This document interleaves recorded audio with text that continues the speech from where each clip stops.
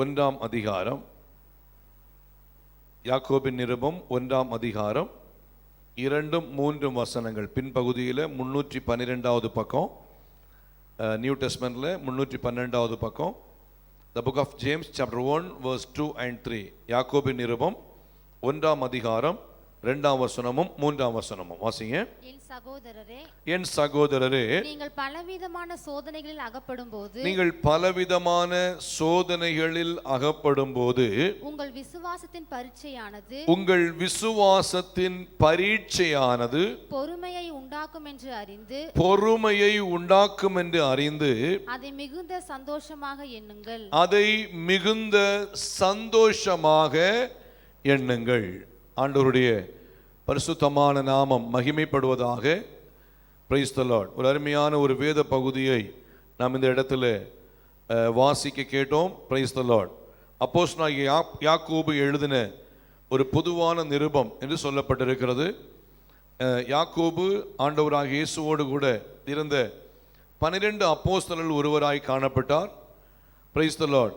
அவர் இயேசு செய்த ஒவ்வொரு அற்புதங்களையும், இயேசுவின் ஒவ்வொரு செயல்களையும் கவனித்து பார்த்து வாழ்ந்தவர். தொடர்ந்து ஒரு நல்ல ஒரு ஊழியராக அவர் இந்த உலகத்திலே வாழ்ந்து தேவநாமத்தை மகிமைப்படுத்தினவர் என்று நாம் பார்க்க முடியும். அவர் சொன்ன நிருபத்திலே, அவர் அந்த எழுதின நிருபத்திலே அவர் சொல்லுகிறார், என் சகோதரரே, நீங்கள் பலவிதமான சோதனைகளில் அகப்படும் போது உங்கள் விசுவாசத்தின் பரீட்சையானது பொறுமையை உண்டாக்கும் என்று அறிந்து அதை மிகுந்த சந்தோஷமாய் எண்ணுங்கள் என்று சொல்லுகிறார். எதை மிகுந்த சந்தோஷமாய் எண்ணுங்கள் என்று சொல்லுகிறார் என்று சொன்னா, விசுவாசத்தின் பரீட்சையை மிகுந்த சந்தோஷமாய் எண்ணுங்கள் என்று சொல்லுகிறார். அப்போ பரீட்சைன்னு சொன்னாலே எல்லாருக்குமே கை காலு கிடுகிடுக்க ஆரம்பிக்கும். எப்படின்னு எல்கேஜி படிக்கிற பிள்ளைக்கும் பரீட்சைன்னு சொன்னாலும் என்ன பண்ணும்? கஷ்டம். 1ஆம் வகுப்பு படிக்கிற பையனுக்கும் பரீட்சைனாலே கஷ்டம். சில நேரத்தில் நம்ம சின்ன பிள்ளைங்க எல்கேஜி முதல் 3rd ஸ்டாண்டர்ட் வரைக்கும் உள்ள பிள்ளைங்களுக்கு நான் என்ன பண்ணுவேன், அவங்களுடைய வாய் பரீட்சை நம்ம சண்டெக்ஸ் கிளாஸில் வைப்பது உண்டு. சில பிள்ளைங்க பயங்கர தெம்பா அவங்க கிளாஸில் உட்காந்துட்டு இருப்பாங்க. பாஸ்டர் பரீட்சைக்கு கூப்பிடுறாருன்னு சொன்ன உடனே ஒரு சிலர் வரவே மாட்டாங்க என் பக்கத்தில். ஒரு சிலர் பார்த்தீங்கன்னா வந்துட்டு அழுதுட்டு நிற்பாங்க. ஒரு சிலர் பார்த்தீங்கன்னா என்ன பேசுகிறேன்னு பிள்ளைங்களுக்கு என்ன பண்ணாது, தெரியாது இருக்கும். ஏன்னா பரீட்சைன்னு சொன்னாலே அந்த அளவுக்கு ஒரு பயத்தை கொடுக்கும். ஆனால் பரீட்சை முடிந்து வெற்றி பெறும்போது அடுத்த நிலைமைக்கு அவர்களை கொண்டு செல்லும். அல்லேலூயா. பரீட்சை என்பது நமக்கு ஒரு கலக்கத்தை கொடுக்கும், வேதனையை கொடுக்கும், இன்னும் அது ஒரு சோதனையாக இருக்கும். ஆனால் அந்த பரீட்சையில் நாம் உறுதியாய் நின்று வெற்றி பெறும்போது அந்த பரீட்சை அடுத்த லெவலுக்கு அது நம்மை கொண்டு செல்லும் என்பதை பார்க்க முடியும். பாருங்க, பிள்ளைங்க ஸ்கூல்ல எக்ஸாம் எழுதுவாங்க, காலேஜில் எக்ஸாம் எழுதுவாங்க. இந்த காலேஜில் எக்ஸாம் எழுதாம விட்டாலோ, ஸ்கூல்ல எக்ஸாம் எழுதாம விட்டாலோ அடுத்த வகுப்புக்கு அவள் அனுப்பப்பட மாட்டார்கள். இப்போ 10ஆம் வகுப்புல எக்ஸாம் எழுதுறாங்கன்னு சொன்னா 5 பாடம் இருக்குன்னா 2 பாடம் எழுதுனாங்க, 3 பாடம் எழுதலைன்னு சொன்னா அவங்க ஃபெயில் ஆயிடுவாங்க. அவங்க அடுத்த வகுப்புக்கு அனுப்பப்பட மாட்டாங்க. ஏன்னா அவங்க 3 பாடம் எக்ஸாம் எழுதல. அந்த 3 பாடம் எக்ஸாம் எழுதினா மட்டும்தான் அவர் அடுத்த வகுப்புக்கு 11ஆம் வகுப்புக்கு செல்வதற்கு தேர்ச்சி பெற்றவர்களாய் மாற்றப்படுவார்கள். அப்படியானால் உலக பிரகாரமான படிப்புக்கு பரீட்சை இப்படியா இருக்கிறது போல ஆவிக்குரிய வாழ்விலே ஒரு மனுஷன் வளருவதற்கு இந்த உலகத்தில் வாழும்போது உலக பிரகாரமான பரீட்சையை விட விசுவாசத்தின் பரீட்சை நமக்கு மிகவும் அவசியமாய் காணப்படுகிறது. அல்லேலூயா. இந்த விசுவாசத்தின் பரீட்சையில் யார் வெற்றி பெறுகிறோமோ, இந்த விசுவாசத்தின் பரீட்சையில் யார் ஜெயம் பெறுகிறோமோ அவர்கள் ஆவிக்குரிய பாதையிலே அடுத்த நிலைமையிலே செல்வதற்கு ஆயத்தமாகிறார்கள் என்று அர்த்தம். அதனாலதான் யாக்கோபு சொல்லும்போது சொல்கிறார், சோதனையை சகிக்கிற மனுஷன் யாரு? பாக்கியவான். அவன் உத்தமன் என்று விளங்கின பின்பு கர்த்தரிடத்தில் அன்பு கூறுகிறவர்களுக்கு வாடாத ஜீவ கிடத்தை கர்த்தர் கொடுக்கிறவராயிருக்கிறார். குதிரை யுத்த நாளுக்கு ஆயத்தமாக்கப்படும், ஜெயமோ கர்த்தரால் வரும்.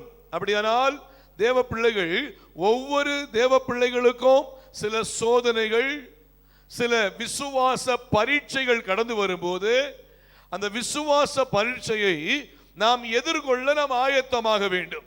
சில நேரத்தில் குடும்பத்தின் மூலமாய் சில விசுவாச பரீட்சைகள் ஏற்படும், கணவன் மூலமாய் சில விசுவாச பரீட்சைகள், இல்ல மனைவி மூலமாய் சில விசுவாச பரீட்சைகள், இல்ல பிள்ளைகள் மூலமாய் சில விசுவாச பரீட்சைகள், இல்ல பெற்றோர் மூலமாய் சில விசுவாச பரீட்சைகள், நாம் வேலை செய்கிற இடங்களிலே சில விசுவாச பரீட்சைகள், நாம் சென்று வருகிற இடங்களிலே சில விசுவாச பரீட்சைகள். இந்த உலகம் நம்முடைய விசுவாசத்தை பரீட்சை பார்த்து கொண்டே இருக்கும். ஆனால் எந்த ஒரு தேவ பிள்ளை கிறிஸ்துவுக்குள் விசுவாச பரீட்சையில் வெற்றி பெற்று கிறிஸ்துவுக்குள் உறுதியாக இருக்கிறார்களோ அவர்கள் தொடர்ந்து ஜெயத்தை பெற்றுக்கொள்ள, நித்திய ஜீவனை பெற்றுக்கொள்ள அவர்கள் ஆயத்தமாக்கப்பட்டு கொண்டிருக்கிறார்கள் என்று வேதம் நமக்கு கற்றுக் கொடுக்கிறது. அல்லேலூயா. அப்ப விசுவாச பரீட்சை வரும்போது அந்த விசுவாச பரீட்சையில் நாம் சோர்ந்து போய்விடக் கூடாது.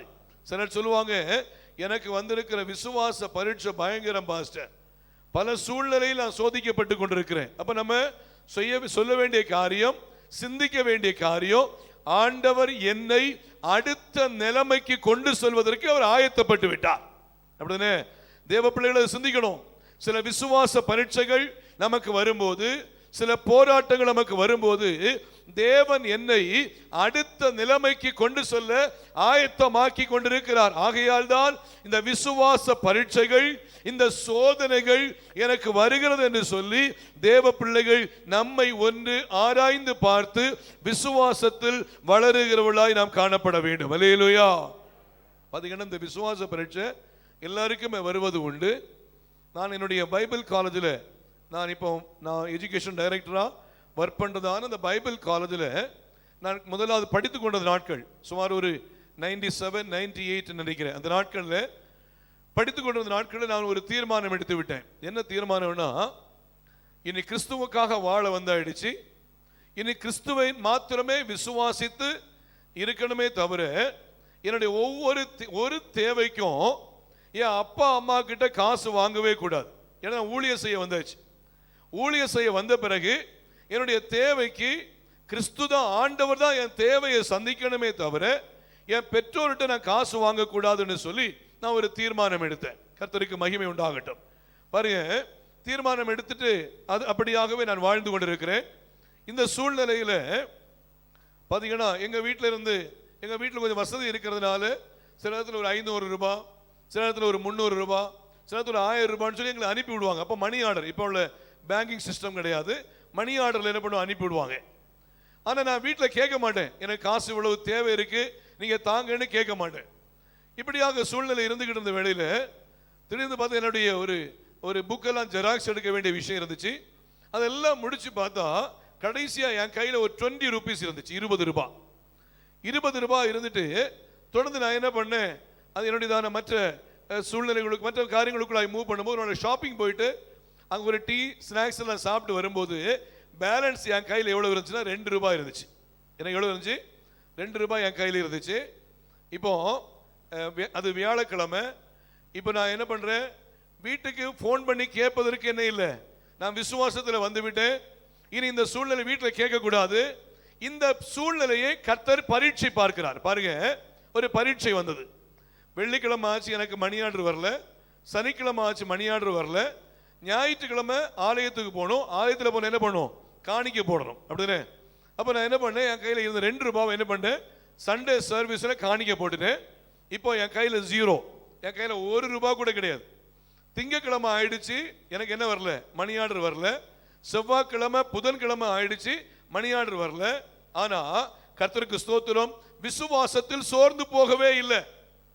புதன்கிழமை ஆயிடுச்சு, மணி ஆர்டர் வரல, கையில சுத்தமா காசு இல்லை. வியாழக்கிழமை ஆயிடுச்சு, வியாழக்கிழமையும் மணி ஆர்டர் வரல. இப்போ ஷாப்பிங் போனோம். ஷாப்பிங் போன நாங்கள் என்ன பண்ணுவோம், ஒரு டீ ஸ்நாக்ஸ் எல்லாம் போய் சாப்பிடுறது வழக்கம். கூட யாராவது ஃப்ரெண்ட்ஸ் வந்தாங்கன்னா அவங்களும் சிலதில் வாங்கி கொடுப்பது வழக்கம். இப்போ என் கையிலேயே சுத்தமாக என்ன இல்லை, காசு இல்லை.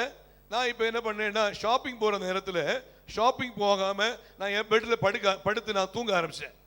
அப்போ என் ஃப்ரெண்ட்ஸ் வந்து கேட்டாங்க, என்ன ஜாகி நீ ஷாப்பிங் வரலையான்னு கேட்டாங்க. இல்லை நான் வரல அப்படி சொல்லி நான் விட்டேன். இல்லை என்ன ஏதாவது பிரச்சனை கேட்டாங்க. நோ ஒன்றும் பிரச்சனை இல்லை அப்படி சொல்லிட்டு என் கையில் காசு இல்லை இருக்காது என்கிற விஷயத்தில் அவங்களுக்கு நம்பிக்கை இல்லை. ஏன்னா நிறைய காசு வச்சிருக்கிறதான அனுபவத்தோடு தான் அவங்க பார்த்துருக்குறாங்க. இப்போ வியாழக்கிழமை ஆயிடுச்சு, நான் ஷாப்பிங் போகல, படுத்து தூங்கிட்டேன் பாருங்க. ஆனால் எனக்கு மனசில் ஒரு சின்ன ஒரு நெருடல் இருந்துச்சு. இது வரைக்கும் கையில் என்ன இல்லை, காசு இல்லையே, வீட்டில் உள்ளவங்க என்ன மறந்துட்டாங்களோ அப்படி கூட திங்க் பண்ணி பார்த்தேன். ஆனால் வீட்டுக்கு ஃபோன் பண்ணி எனக்கு காசு அனுப்பி தாங்கன்னு சொல்லி கேட்கறதான மனநிலவை நான் இல்லை, விசுவாசத்தில் இருக்கேன். வெள்ளிக்கிழமை ஆயிடுச்சு, என்ன பண்ணல, எனக்கு என்ன பிரைஸ் சொல்ல மணி ஆர்டர் வரல. மணி ஆர்டர் வரும்போது எங்களுக்கு ஹாஸ்டலில் உள்ள வார்டன் என்ன பண்ணுவார், பேரை சொல்லி இவங்களுக்கெல்லாம் மணி ஆர்டர் வந்திருக்கு வாங்கன்னு சொல்லுவாங்க. மணி ஆர்டர் வந்திருக்குன்னு சொல்லும்போது நான் எனக்கு கூர்ந்து கவனிச்சுக்கிட்டே இருப்பேன், என் பேரை சொல்கிறாங்களா. ஒரு நாள் என் பேர் என்ன பண்ணல, சொல்லவே இல்லை. வெள்ளிக்கிழமை ஆயிடுச்சு, வெள்ளிக்கிழமை மணி ஆர்டர் வரல. சனிக்கிழமை ஆயிடுச்சு, மணி ஆர்டர் வர நேரம் பார்த்தீங்கன்னா காலையிலே ஒரு டைம் மணி ஆர்டர் கொண்டு வருவார், சில மத்தியானத்துக்கு பிறகு மணி ஆர்டர் கொண்டு வருவார். காலையிலே மணி ஆர்டர் வரல, மத்தியானத்துக்கு பிறகு திடீர்னு ஜாகி உனக்கு மணி ஆர்டர்னு சொன்னாங்க. நான் நினைச்சேன் இப்போது எங்கள் வீட்டில் உள்ளவங்க என்ன பண்ணாங்க, என்ன குறித்து கொஞ்சம் சிந்திச்சுட்டாங்களே அப்படி சொல்லி மணி ஆர்டரை போய் பார்க்குறேன். என் வீட்டில் உள்ளவங்க எனக்கு பணம் அனுப்பவே இல்லை. என் சர்ச் பாஸ்டர், என்னுடைய ஆவிக்குரிய தகப்பன், அவருக்கு தெரியும் என் வீட்டில் உள்ளவங்க சஃபிஷியண்டாக பணம் கொடுப்பாங்கன்னு தெரியும். ஆனால் இந்த நாட்களில் பணம் அனுப்பாத விஷயம் எங்கள் பாஸ்டருக்கு தெரியாது. ஆனால் கர்த்தர் அவரோடு கூட இடைப்பட்டு நான் விசுவாசத்திலே சோர்ந்து போய்விடக்கூடாது என்பதற்காக, ஏன்னா very next day Sunday service என்ன பண்ணணும், காணிக்கை போடணும். நான் விசுவாசத்திலே சோர்ந்து போய்விடக்கூடாது என்பதற்காக எனக்கு 200 ரூபாய் அவர் பணத்தை அனுப்பினாரு. அந்த நாளிலே நான் இன்னும் விசுவாசத்திலே உறுதிப்பட ஆரம்பித்தேன். Praise the Lord. இந்த விசுவாசத்தின் பரீட்சை கடந்து வரும்போது நாம் சோர்ந்து போய்விடக்கூடாது. நம்மை அழைத்த தேவன், நம்மை தெரிந்து கொண்ட தேவன், நம்மை நடத்தின தேவன், அவர் நம்மை திருப்தியாய் நடத்த கர்த்தர் போதுமானவராயிருந்தார். அல்லேலூயா. ஆகையால் தேவ பிள்ளைகள், நான் இந்த நாளில் உங்களுக்கு கற்றுக் கொடுக்கிற ஒரு காரியம் என்னன்னா, பலவிதமான சோதனைகளிலே அகப்பட்டு விசுவாசத்தின் பரீட்சை நமக்கு வரும்போது எப்படி வேண்டாலும் வரலாம். ஆனால் விசுவாசத்தின் பரீட்சை சில நேரங்களிலே பிசாசானவன் தந்திரமாய் ஆண்டவரை விட்டு தூரமாய் கொண்டு போகும்படியாய் சில சோதனைகளை கொண்டு வரும்போது அவைகளிலே தேவ பிள்ளைகள் நாம் எடுத்த தீர்மானத்திலே, நாம் தேவ சமூகத்திலே எடுத்த உறுதியிலே உண்மையா இருந்து விசுவாச பரீட்சையிலே கர்த்தருக்கு முன்பாய் சாட்சியா இருப்போம் என்றால் நம்மை அழைத்த தேவன் அவர் ஒரு கால கைவிட மாட்டார். அவர் நம்மை நடத்த போதுமானவர். அல்லேலூயா. இன்னொரு முறை நான் என்னுடைய பைபிள் காலேஜில் டீச் பண்ணும்படியாக, ஈவினிங் பைபிள் காலேஜ் நம்ம சபையிலிருந்து கூட இப்போ ஒரு 8-9 பேர் நம்ம ஈவினிங் பைபிள் காலேஜில் படிச்சுக்கிட்டு இருக்கிறாங்க. கர்த்தருக்கு ஸ்தோத்திரம். பாருங்க, இந்த ஈவினிங் பைபிள் காலேஜில் நான் டீச் பண்ணும்படியாக ஆரம்ப நாட்கள் டீச் பண்ணும்படியாக போயிருக்கிறேன். டீச் பண்ணும்படியாக போயிருந்த சூழ்நிலையில் அடுத்த நாள் எனக்கு ஒரு 120 ரூபாய் எதுக்கு தேவைன்னா, நம்முடைய கரண்ட் பில்லுக்கு நான் கரண்ட் பில் பே பண்ணணும். 120 ரூபீஸ். பார்த்தீங்கன்னா என் கையில் காசு இல்லை. நான் அந்த சூழ்நிலையில் நான் என்ன பண்ணுறேன்னா, ஈவினிங் கிளாஸுக்கு என்ன பண்ணுறேன், உள்ள 6:30 ஈவினிங் 6:30 நான் உள்ளே போயிட்டேன். உள்ளே போனால் அந்த நாளில் ஒரே கர்த்தருடைய வார்த்தை என்ன போகுதுன்னு சொன்னால், கிளாஸ் என்ன போகுதுன்னா, ஆபிரகாமின் விசுவாசத்தை குறித்து நான் கற்றுக் கொடுத்துக்கிட்டே இருக்கேன். ஆபிரகாமின் விசுவாசம் ஆழமாய் கற்றுக் கொடுக்கப்பட்டு கொண்டே இருக்கிறது. ஆனால் ஒரு சிந்தனையில் விசுவாசமான வார்த்தைகளை பேசிக்கிட்டு இருக்கிறேன். இன்னொரு பார்ட்டில் இன்னொரு சிந்தனை எனக்கு மைண்ட் வருது, நீ விசுவாச வார்த்தை இப்படி பேசிக்கிட்டு இருக்கிறியே, நாளைக்கு உனக்கு 120 ரூபாய் தேவை இருக்கு, உனக்கு யாரு கொடுக்க போறா பாருங்க. இப்படிப்பட்ட சிந்தனை வருது. அப்ப நான் பேச்சுலரா இருக்கிறேன் பாருங்க. அந்த சூழ்நிலையில உதவி செய்வதற்கு யாருமே இல்லதான். அப்படிப்பட்ட சூழ்நிலையில நாளை தினத்துல 120 ரூபாய் தேவை இருக்கு, உன்னை யாரு கொடுக்க போறா என்கிறதான வேற ஒரு சிந்தனை. ஆனால் அதையும் ஜெயித்து நான் கிளாஸ் எடுத்துக்கிட்டே இருக்கிறேன். கிளாஸ் முடியுது. ஆல்மோஸ்ட் கிளாஸ் முடியும் போது அட்டெண்டன்ஸ் எடுப்பேன். அட்டெண்டன்ஸ் எடுத்து முடிச்சுட்டு ஜெபம் பண்றேன். ஜெபம் பண்ற வேளையில ஜெபம் ஆமேன் முடிச்சாச்சு. நான் ஆமேன் போட்டேன்னா ஃபர்தராக கிளாஸில் நிற்க மாட்டேன். விறுவிறா என் கிளாஸை விட்டு வெளியில் போயிட்டு நான் என்ன பண்ணுவேன், என் ரூமுக்கு போகிறது வழக்கம். இப்படிப்பட்ட சூழ்நிலையில் நான் ஆமேன் போட்டுட்டு நான் என்னுடைய ரூமுக்கு நான் போகும்படியாக மூவ் பண்ணும்போது கூட கிளாஸில் அட்டென்ட் பண்ண ஒரு ஒரு சுமார் ஒரு 60, 55, 60 வயசு இருக்கும். ஒரு தாயார் என்ன பண்ணாங்கன்னா எனக்கு பின்னாடியே ஓடி வந்தாங்க. ஓடி வந்துட்டு என்ன பண்ணாங்கன்னா திடீர்னு என்கிட்ட சொன்னாங்க, பாஸ்டர் நாங்கள் என்ன பண்ணுறோன்னு சொன்னால் எனக்கு ஜெபம் பண்ணும்போது உங்களுக்கு ஒரு காணிக்கை கொடுக்கணும்னு ஆண்டவர் என்ன பண்ணாரு என்கிட்ட இடைப்பட்டார் அப்படின்னாங்க. ஆனால் எங்களுக்கு ரூல்ஸ் என்ன அப்படின்னா ஈவினிங் பைபிள் காலேஜ் படிக்கிறதான ஸ்டூடெண்ட்ஸ் கிட்ட இருந்து எந்த ஒரு காணிக்கை என்ன பண்ணாது வாங்கக்கூடாது. இது பைபிள் காலேஜில் உள்ள ரூல்ஸ். இப்போ இவங்க வந்து என்ன பண்ணுறாங்கன்னு என்கிட்ட காணிக்கை கொடுக்க வந்திருக்காங்க. காணிக்கை கொடுக்க வரும்போது நான் சொன்னேன், இல்லை இப்போ எனக்கு 120 ரூபா தேவை இருக்கு, என் கையில் காசு இல்லை. இந்த தாயார் என்ன பண்ணுற கொடுக்கும்படியாக வந்து நிற்கிறாங்க. இப்போ நான் சொல்கிறேன் ஈவினிங் பைபிள் காலேஜ் ஸ்டூடெண்ட்ஸ் கிட்ட இருந்து எந்த காணிக்கையும் வாங்கக்கூடாதுன்னு எங்களுக்கு ரூல்ஸ் இருக்கு. இல்லை நான் வாங்க மாட்டேன் அப்படின்னு சொன்னேன். இல்லை பாஸ்டர் நீங்கள் வாங்கலைன்னு நான் போகவே மாட்டேன்னு அந்த தாய் என்ன பண்ணுறாங்க ஒற்றப்படியாக நிற்கிறாங்க. இப்போ அந்த நாளில் எஜுகேஷன் டைரக்டராக ஞானதாஸ் பாஸ்டர் இருந்தாங்க. அவங்களுடைய ஆஃபீஸ் ரூமில் அவங்க உட்கார்ந்துருந்தாங்க. நான் இவங்களுடைய தொல்லை தாங்க முடியாமல் நான் என்ன பண்ணேன் அவர்கிட்ட போய், பாஸ்டர் இப்படி நான் கிளாஸ் முடிச்சு வந்தேன், இவங்க வந்து என்ன பண்ணுறாங்க இப்படி ஒரு காணிக்கை கொடுக்குறாங்க, நான் முடியாது வாங்கவே மாட்டேன்னு சொன்ன பிறகு என்ன பண்ணல அவங்க கேட்கல. இப்போ அவங்ககிட்ட வந்து சொல்றாங்க, பாஸ்டர் ஆண்டவர் என்கிட்ட பேசினாரு ஜாக்கி பாஸ்டருக்கு ஒரு காணிக்கை கொடுக்கணும்னு சொல்லிட்டு நான் இவர்கிட்ட வந்து கொடுத்தா இவர் என்ன பண்ண மாட்டேங்கிறாரு, வேண்டாம்னு சொல்றாரு, தயவு செய்து பாஸ்டர் வாங்க சொல்லுங்கன்றாங்க. உடனே அவர் சிரிச்சுட்டு என்ன பண்ணாரு தொடர்ந்து. இப்போ இன்னும் அவங்க சொல்றாங்க கிளாஸுக்குள்ளதான் எங்களுக்கு அவர் வாத்தியார், வெளியில வந்து அவர் எங்களுக்கு யாரு பாஸ்டர் தான், அதனால நான் கொடுக்கிறேன்னு சொல்றாங்க. இப்படி சொல்லும் போது அவர் சொன்னார், சரிப்பா ஒன்றும் பிரச்சனை இல்லை வாங்கிக்கொண்டாங்க. பாருங்க கர்த்தருக்கு ஸ்தோத்திரம். அதுக்கு அப்புறம் தான் அவர் பெர்மிஷன் கொடுத்த பிறகு நான் வாங்கினேன். தேவ நாமத்தின் மகிமைக்கா சொல்றேன், எனக்கு 120 ரூபாய் தேவை இருந்துச்சு. அதுல ஆண்டோடைய கிருபையினால அந்த அம்மா கொடுத்தது 250 ரூபாய் அதுல காணிக்கை வைக்க கர்த்தர் உதவி செய்தார். அல்லேலூயா.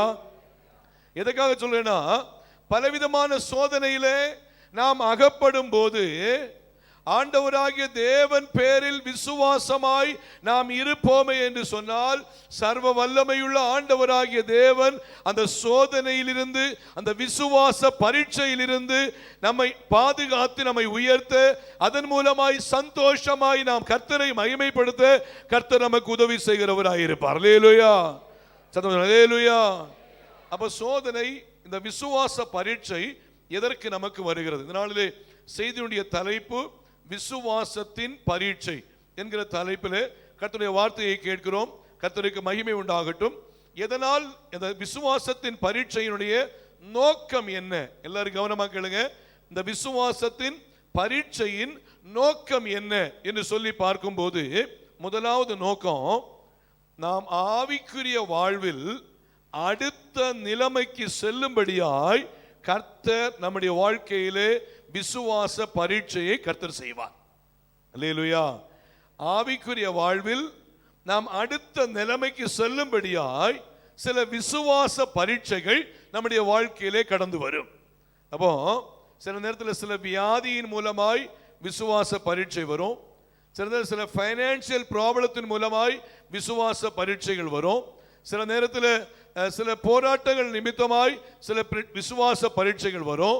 பாருங்க, இந்த விசுவாச பரீட்சைகள் வரும்போது அந்த விசுவாசத்தில் நாம் எப்படிப்பட்டவளா இருக்கிறோம்? ஒன்று, எதற்காக விசுவாச பரீட்சை என்று சொன்னால் நாம் ஆவிக்குரிய வாழ்வில் அடுத்த நிலைமைக்கு செல்ல. வாசிங்க ஆதியாகமத்தின் புஸ்தகம் 22ஆம் அதிகாரம், வாசிங்க 1ஆம் வசனத்தை வாசிங்க. ஆதியாகமம் 22:1 வாசிங்க. இந்த காரியங்கள் நடந்த பின்பு, இந்த காரியங்கள் நடந்த பின்பு தேவன் ஆபிரகாமை சோதித்தார். தேவன் ஆபிரகாமை சோதித்தார். எப்படியெனில் அவர் அவனை நோக்கி ஆபிரகாமே என்றார். வாசிங்க. அவன் இதோ அடியேன் என்றான். வாசிங்க. அப்பொழுது அவர், உன் புத்திரனும் உன் ஏகசுதனும் உன் நேசகுமாரனும் ஆகிய ஈசாக்கை நீ இப்பொழுது அழைத்துக் கொண்டு மோரியா தேசத்துக்கு போய் அங்கே நான் உனக்கு குறிக்கும் மலைகள் ஒன்றின் மேல் அவனை தகன பலியாக பலியிடு என்றார். வாசிங்க. ஆபிரகாம் அதிகாலையில் எழுந்து, இந்த விசுவாச பரீட்சை ஆபிரகாமுக்கு வந்தபோது ஆபிரகாம் அந்த விசுவாச பரீட்சையிலே தன்னுடைய குழந்தையை விட கர்த்தருக்கு முதன்மை கொடுக்கிற மனுஷனாய் காணப்பட்டான். பாருங்க, இந்த விசுவாச பரீட்சை அவர் சொல்றாரு, உன் புத்திரனும் உன் ஏகசுதனும் உன் நேசகுமாரனுமாயிருக்கிற ஈசாக்கை மோரியா தேசத்திற்கு கொண்டு சென்று அங்கே நான் உனக்கு காண்பிக்கும் மலைகளில் ஒன்றில் நீ தகன பலியாயிடு என்று சொன்ன வேளையிலே இந்த விசுவாச பரீட்சையில் ஆபிரகாம் சோர்ந்து போகவே இல்லை. மறுபடியும் ஆண்டவர்கிட்ட போய் பேசவே இல்லை. ஆண்டவரே, இந்த ஒரு விசை மாத்திரம் எனக்கு ஒரு கிருபை செய்யுங்க, இந்த இடத்துல எனக்கு உதவி செய்யுங்க, எனக்கு இருக்குதான் இந்த சூழ்நிலையில நீங்க உதவி செய்யுங்கன்னு சொல்லி ஆண்டவர்கிட்ட போய் எதுவும் பேசல.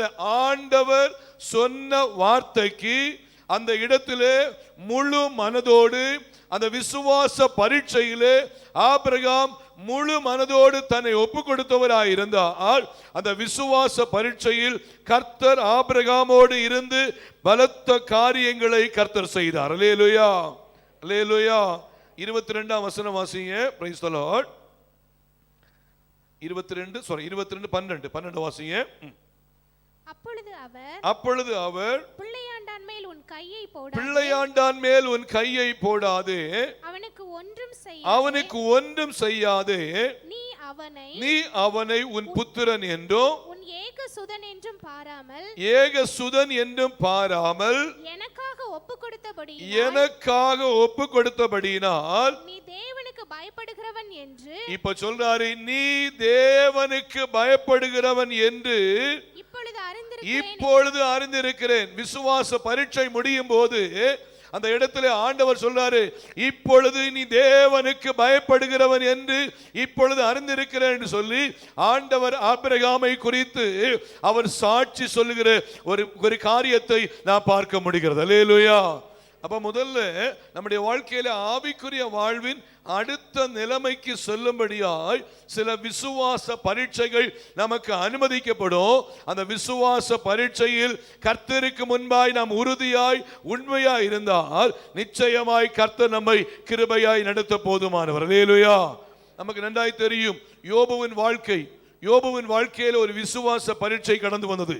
யோபுவின் வாழ்க்கையில விசுவாச பரீட்சையில பிரைஸ் தி லார்ட், யோபு அந்த விசுவாச பரீட்சையை எதிர்கொள்ள ஆயத்தமாக இருந்தார்.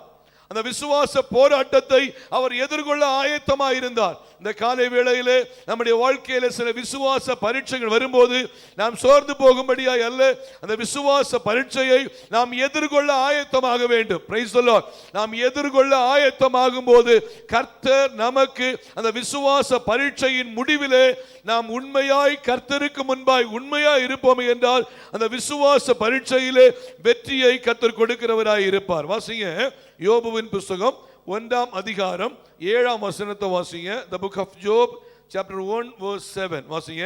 கர்த்தர் சாத்தானை பார்த்து நீ எங்கே இருந்து வருகிறாய் என்றார். வாசிங்க. சாத்தான் கர்த்தருக்கு பிரதியுத்தரமாக பூமி எங்கும் உலாவி அதில் சுற்றி திரிந்து வருகிறேன் என்றார். வாசிங்க. கர்த்தர் சாத்தானை நோக்கி என் தாசனாகிய யோபின் மேல் கவனம் வைத்தாயோ. வெயிட் பண்ணுங்க. பூமியில எவ்வளவு மக்கள் இருக்காங்க?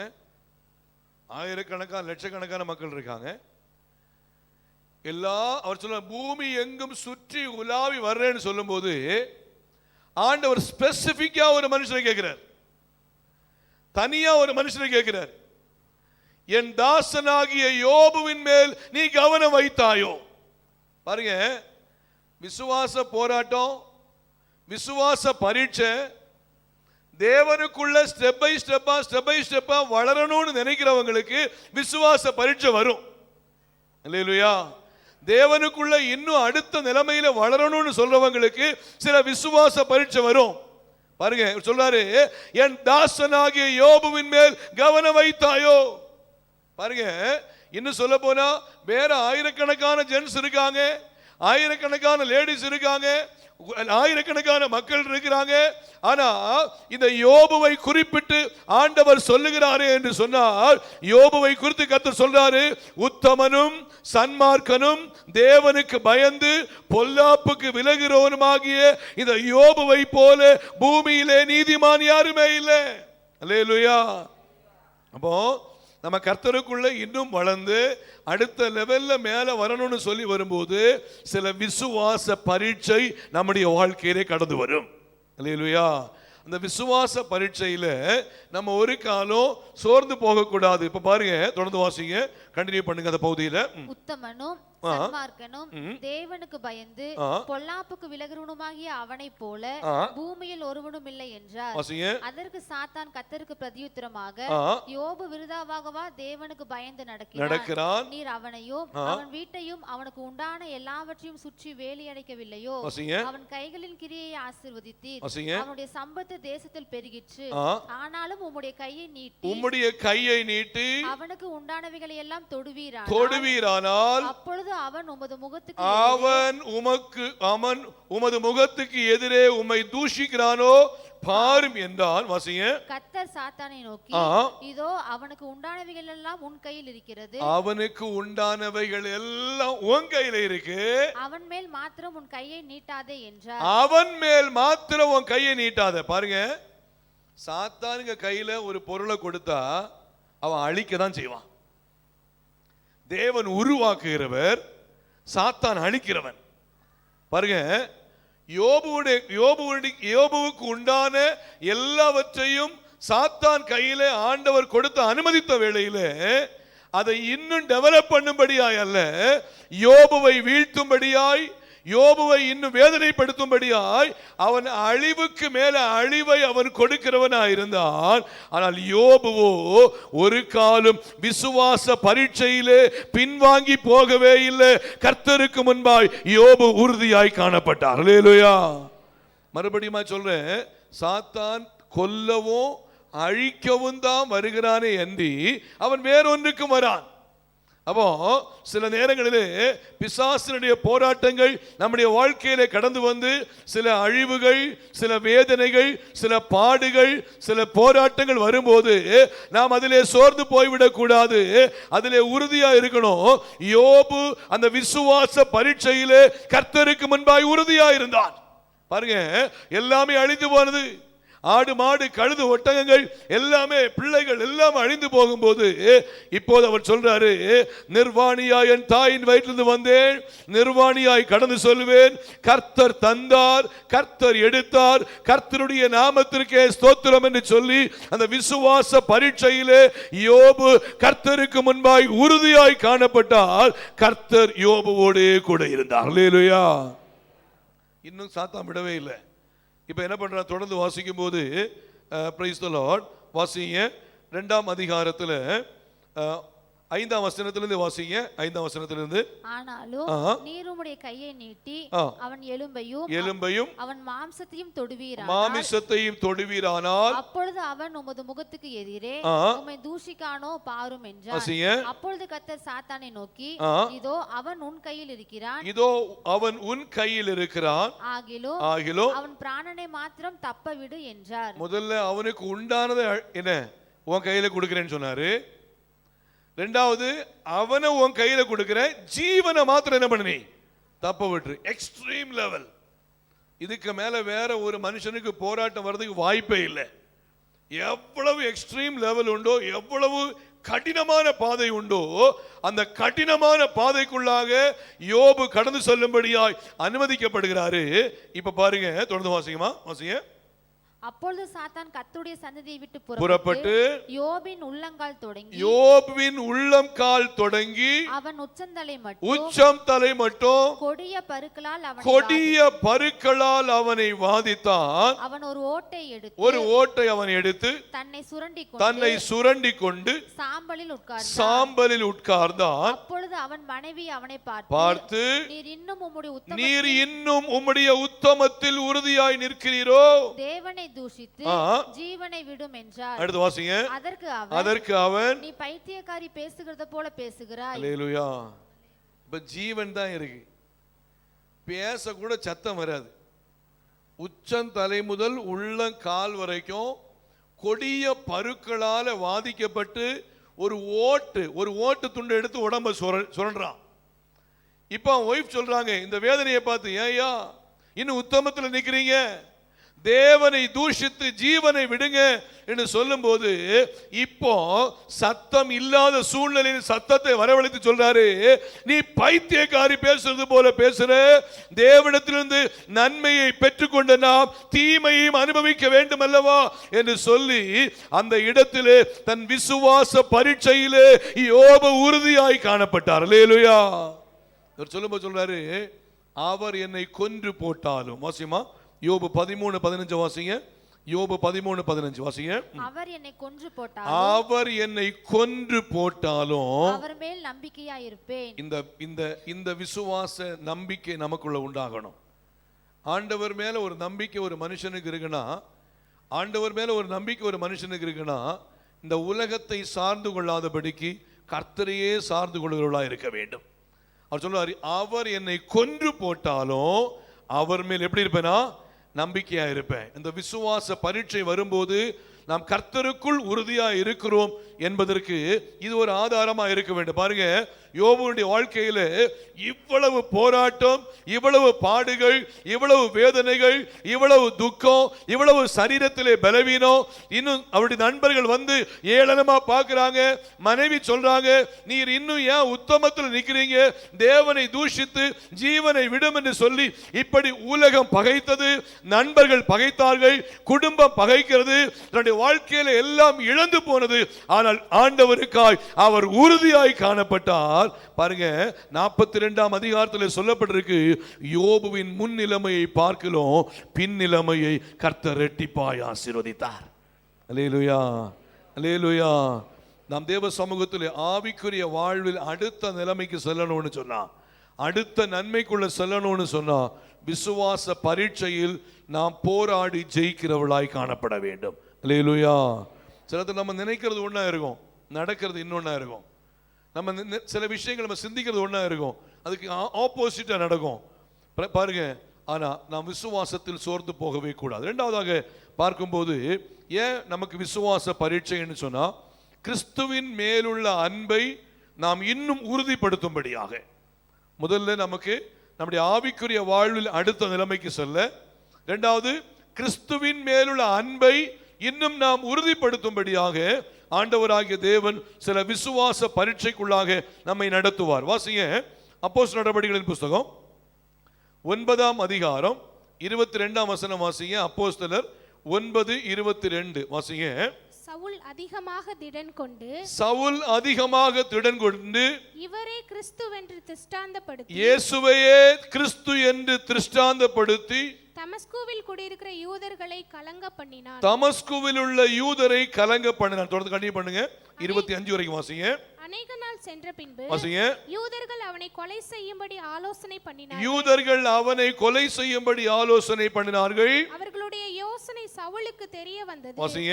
அவனை கொலை செய்யும்படி அவர்கள் இரவும் பகலும் கோட்டை வாசல்களை காத்து கொண்டிருந்தார்கள். சீஷர்கள் ராத்திரியிலே அவனை கூட்டிக் கொண்டு போய் ஒரு கூடையிலே வைத்து மதில் வழியாய் இறக்கி விட்டார்கள். இப்போ எங்கிருந்து மதில் வழியா இறக்குறாங்க? தமஸ்குவில இந்த பவுல் அப்போஸ்தலனை கொல்லும்படியாய் யூதர்கள் கோட்டை வாசல்ல காத்துக்கிட்டு இருக்காங்க. இவன் எப்பயா வெளியில வருவான், இவன் என்ன பண்ணலாம், கொன்னுடலாம் அப்படி சொல்லிட்டு கோட்டை வாசல்ல காத்துக்கிட்டு இருக்காங்க. இப்போ இந்த பவுல் யாருன்னு சொன்னா, அதே தமஸ்குவில ஒரு மிகப்பெரிய ரவுடியா இருந்த மனுஷன். பாருங்க, ஒரு மிகப்பெரிய ரவுடியாய் காணப்பட்டவன்.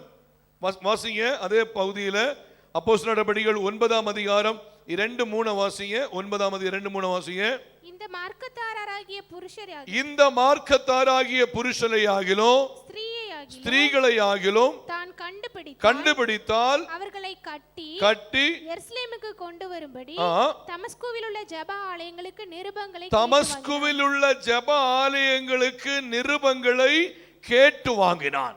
அப்போ கிறிஸ்தவங்களை பிடிச்சி கட்டி, புருஷனா இருந்தாலும் சரி ஸ்திரீயா இருந்தாலும் சரி, அவங்களை கட்டி கொல்லணும்னு சொல்லி பாருங்க, தமஸ்குவில் உள்ள ஜெப ஆலயங்களுக்கு நிருபங்களை கேட்டு வாங்கிட்டு தமஸ்குவுக்கு நேராய் இவர் போகும்போது ஆண்டவர் இந்த பவுலை கிருபையாய் தொட்டார். தொட்ட பின்பு அதே தமஸ்குவிலே இயேசுதான் மெய்யான தேவன் என்று சொல்லி அந்த இடத்திலே சாட்சி சொல்லி ஆண்டவரை மகிமைப்படுத்த ஆரம்பித்தார். அல்லேலூயா. இப்போ தமஸ்குவில் இவருக்கு ஆல்ரெடி இவர் ஒரு பெரிய ஒரு ரவுடியா இருந்ததுனால இவங்களுக்கு அடி ஆட்கள் இருப்பாங்களான்னு கேட்டா இருப்பாங்க இல்ல. பொதுவாக இவங்க ஒரு பெரிய ரவுடியா இருக்கும்போது இவங்களுக்கு உதவி செய்ய ஃப்ரெண்ட்ஸ் எல்லாம் இருந்திருப்பாங்க. இப்போ இதே தமஸ்குவில் தன்னை கொல்லும்படியாய் ஒரு கூட்டம் யூதர்கள் இருக்கிறார்கள் என்று கேள்விப்பட்டா இவர் என்ன சொல்லியிருப்பாரு? சொல்லணும், நான் இந்த தமஸ்குவில் ஒரு பெரிய ரவுடியா இருந்தேன், நான் ஒரு பெரிய மனுஷனாகும், நான் இந்த இடத்துல நிறைய பேரை கொல்றதுக்கு நான் காரணமாக இருந்திருக்கிறேன், இந்த தமஸ்குவில் நான் இப்ப இருக்கும்போது என்ன அடிக்கிறது யாராவது வர்றாங்கன்னா வரட்டு, நான் பார்த்துக்கிறேன், ஒத்தைக்கு நிற்கிறேன்னு சொல்லியிருக்கணும். இல்லைன்னு சொன்னா தமஸ்குல யாராவது வந்தாங்கன்னு சொன்னா எனக்கு ஃப்ரெண்ட்ஸ் இருக்காங்க, நான் 4 பேருக்கு ஃபோன் பண்ணா இவங்க வந்து என்ன பண்ணுவாங்க, அவங்கள வந்து அடிச்சு போடுவாங்கன்னு சொல்லி தன்னுடைய அடியாட்களை பேசி இருக்கணும். ஆனால் கிறிஸ்துவுக்குள் அவர் விசுவாசத்தில் கடந்து வந்த பின்பு பழைய உலக காரியத்திற்கு அவர் முக்கியத்துவம் கொடுக்கவில்லை, பழைய உலகத்தின் விஷயங்களுக்கு முக்கியத்துவம் கொடுக்கவில்லை, அவர் கர்த்தரையே நம்பி ஜீவித்தவராயிருந்தார். அல்லேலூயா. கர்த்தரையே நம்பினவராய் காணப்பட்டார். அப்போ ஆண்டவருக்குள் ஒரு மனுஷன் கடந்து வந்து விசுவாசத்தில் வளர வந்த பின்பு, கிறிஸ்துவுக்குள்ளே வாழும்படியாய் ஒரு மனுஷன் வந்த பின்பு, பிரைஸ் தி லார்ட், விசுவாசத்திலே சில போராட்டங்கள் கடந்து வரும்போது கிறிஸ்துவின் மேல் உள்ள அன்பை உறுதிப்படுத்தும்படியாய் கிறிஸ்துவை போல பரிசுத்தமாய் வாழ வேண்டுமே தவிர ஆண்டவரை விட்டு தூரமாய் பழைய வாழ்க்கையை சிந்தித்து பழைய உலக காரியங்களை சிந்தித்து நாம் ஆண்டவரை விட்டு தூரமாய் போய்விடக் கூடாது. அல்லேலூயா. பாருங்க, அந்த தமஸ்குவில் இவர் ஒரு பெரிய மனுஷனா இருந்தவர். இப்ப இதே தமஸ்குவில் கோட்டை வாசல்ல சில யூதர்கள் கொல்லும்படியாய் காத்திருக்காங்கன்னு சொல்லும் போது என்ன பண்றாங்க, இவரை ஒரு கூடையில வச்சு பழ கூடை இறக்குற மாதிரி என்ன பண்றாங்க, இறக்கி தப்பு வச்சுட்டாங்கன்னு சொன்னா தன்னை முழுவதுமாய் தன் சுயத்தை கிறிஸ்துவுக்காய் அவர் சாகடித்தால் விசுவாச பரீட்சை வரும்போது அதில் உறுதியா இருந்தால் கர்த்தர் பவுலோடு இருந்தார். அல்லேலூயா, அல்லேலூயா. பவுல் சொல்லும்போது அழகா சொல்லுவார், வாசிங்க பிரைஸ் தி லார்ட். பிலிப்பியருக்கு நிருபம் 3ஆம் அதிகாரம் 4ஆம் வசனத்திலிருந்து வாசிங்க. பிலிப்பியர் 3ஆம் அதிகாரம் 4ஆம் வசனத்திலிருந்து வாசிங்க. மாம்சத்தின் மேல் நம்பிக்கை வைக்க வேண்டுமானால், மாமிசத்தின் மேல் நம்பிக்கை வைக்க வேண்டுமானால் நானும் வைக்கலாம். அவர் சொல்றார், நான் எப்படி இருந்தேன், என் வாழ்க்கை முன்னாடி எப்படி இருந்துச்சுன்னு சொன்னா சாதாரணமான வாழ்க்கை இல்ல. மாமிசத்தின் மேல் நம்பிக்கை வைக்க வேண்டுமானால் நானும் வைக்கலாம். வாசிங்க.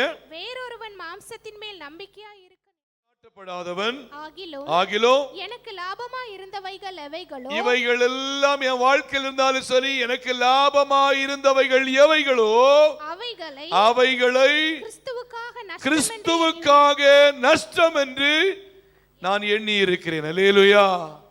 அப்ப பாருங்க, விசுவாச பரீட்சை வரும்போது நாம் கிறிஸ்துவின் சிந்தையே நம்முடைய வாழ்க்கையில் இருந்து கொண்டிருக்கணும். சுயம் ஒரு காலம் ஆளுகை செய்யக்கூடாது, சுயமான காரியங்களுக்குள்ள மூவ் பண்ணக்கூடாது.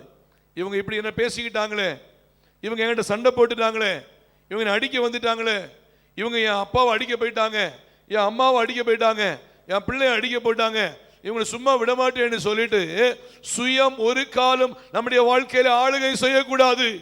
நமக்குள்ளே கிறிஸ்து ஒருவரே ஆளுகை செய்யும்படியாய் நம்மை முழுவதுமாய் ஒப்பு கொடுப்போமே என்று சொன்னால் கிறிஸ்து நமக்காய் யுத்தம் செய்கிறவராய் இருப்பார். அல்லேலூயா. பாருங்க, இந்த இடத்துல விசுவாச பரீட்சை எப்படி வேணாலும் வரலாம். வரும்போது அந்த விசுவாச பரீட்சையின் மேலே நாம் உறுதியா இருக்கணும். 2வது காரியம் பாருங்க, கிறிஸ்துவின் மேலுள்ள அன்பை உறுதிப்படுத்த நமக்கு விசுவாச பரீட்சை கடந்து வரும்.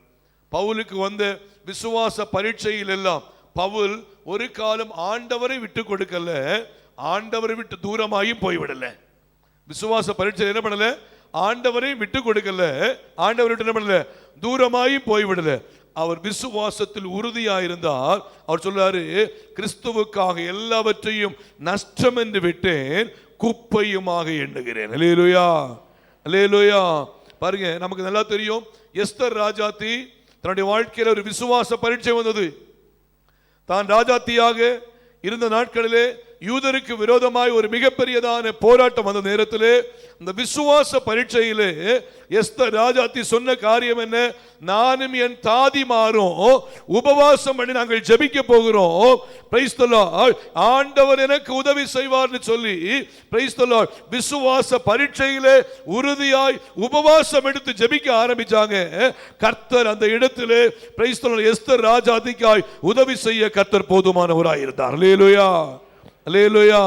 இந்த காலை வேளையிலே ஆண்டவருடைய வார்த்தையை கேட்கிற கர்த்தருடைய பிள்ளைகளாகி நம்முடைய வாழ்க்கையிலே விசுவாச பரீட்சை வரும்போது அந்த விசுவாச பரீட்சையில் நாம் எப்படி உறுதியாய் காணப்படுகிறோம்?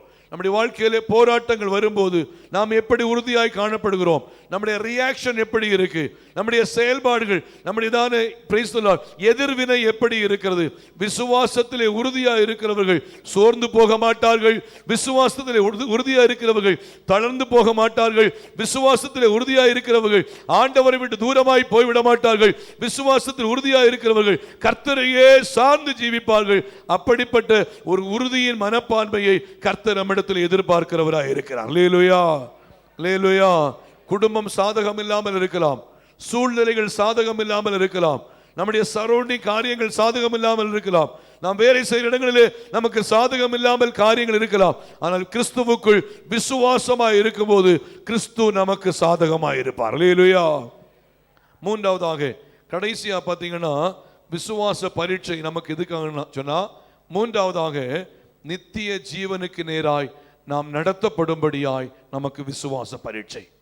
இந்த உலகத்தில் வாழ்கிற ஒவ்வொரு தேவ பிள்ளைகளும் விசுவாச பரீட்சை வரும்போது நினைச்சுக்கணும், இந்த உலகம் எனக்குரியது அல்ல அப்படின்னு வசனம் சொல்லுது. நம்முடைய குடியிருப்பு எங்க இருக்கு? பரலோகத்தில் இருக்கு. நம்முடைய குடியிருப்போ பரலோகத்தில் இருக்கு. நம்ம இந்த உலகத்தில் வாழும்போது எவ்வளவு பெரிய மாடிக்கு மேல மாடி கட்டி நம்ம பெரிய பெரிய வீடுகளை எல்லாம் வச்சுக்கிட்டு இருந்தாலும் சரி, மூச்சு காத்து நின்றுச்சுன்னு சொன்னா நம்ம இந்த உலகத்தின் வாழ்க்கை முடிஞ்சு போச்சு. அதனால்தான் அப்போஸ்தலனாகிய பவுல் கொரிந்தியருக்கு சொல்லும்போது சொல்றாரு, நம்முடைய குடியிருப்பு இங்கே இல்லை, நம்முடைய குடியிருப்பு பரலோகத்தில் இருக்கிறது. அல்லேலூயா, அல்லேலூயா. அப்போ நம்முடைய விசுவாச பரீட்சையின் அடுத்த நோக்கம் என்னன்னா, நித்திய ஜீவனுக்கு நேராய் நாம் நடத்தப்பட வேண்டும். வாசிங்க, அப்போஸ்தலனாகிய பவுல் சொல்லும்போது சொல்றாரு, 2 தீமோத்தேயு 4ஆம் அதிகாரம் 6, 7, 8 வசனங்களை வாசிங்க. 2 தீமோத்தேயு 4ஆம் அதிகாரம் 6, 7, 8 வசனம் வாசிங்க. ஏனென்றால் நான் இப்பொழுதே பானபலியாக வார்க்கப்பட்டு போகிறேன், பானபலியாக வார்க்கப்பட்டு போகிறேன். நான் தேகத்தை விட்டு பிரியும் காலம் வந்தது, தேகத்தை விட்டு பிரியும் காலம் வந்தது.